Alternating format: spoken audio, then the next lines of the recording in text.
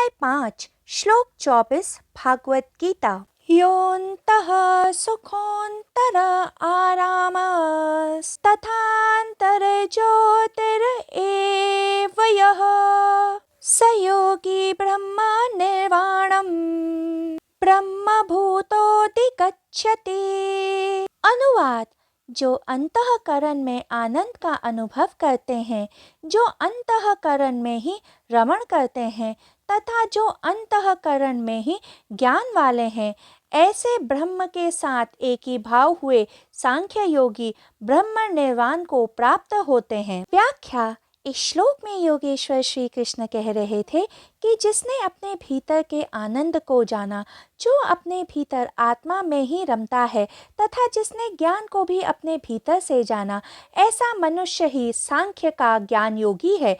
श्री कृष्ण इस श्लोक में आंतरिक आनंद, आंतरिक रमन तथा आंतरिक ज्ञान की बात कह रहे थे, किंतु आजकल मनुष्य बाहरी जीवन जीते हैं, वे आनंद दूसरों में खोजते हैं, बाहरी भौतिक संसार में रमे रहते हैं तथा बाहरी ज्ञान जो उन्हें विश्वविद्यालयों तथा विद्यालयों से मिलता है, उसे ही जानते हैं।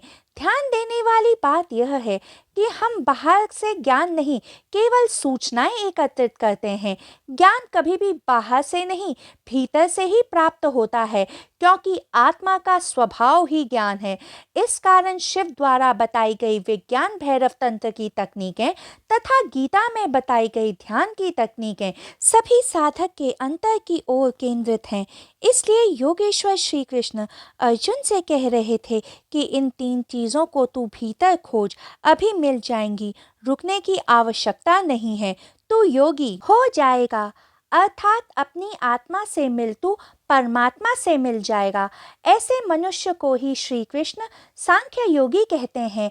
जैसे मैंने आपको पहले के अध्यायों में बताया है, सांख्य का मार्ग ही परम का मार्ग है। सांख्य इस पृथ्वी पर ज्ञान की परम कुंजी है। सांख्य कहता है करना कुछ नहीं है, बस हो जाना है।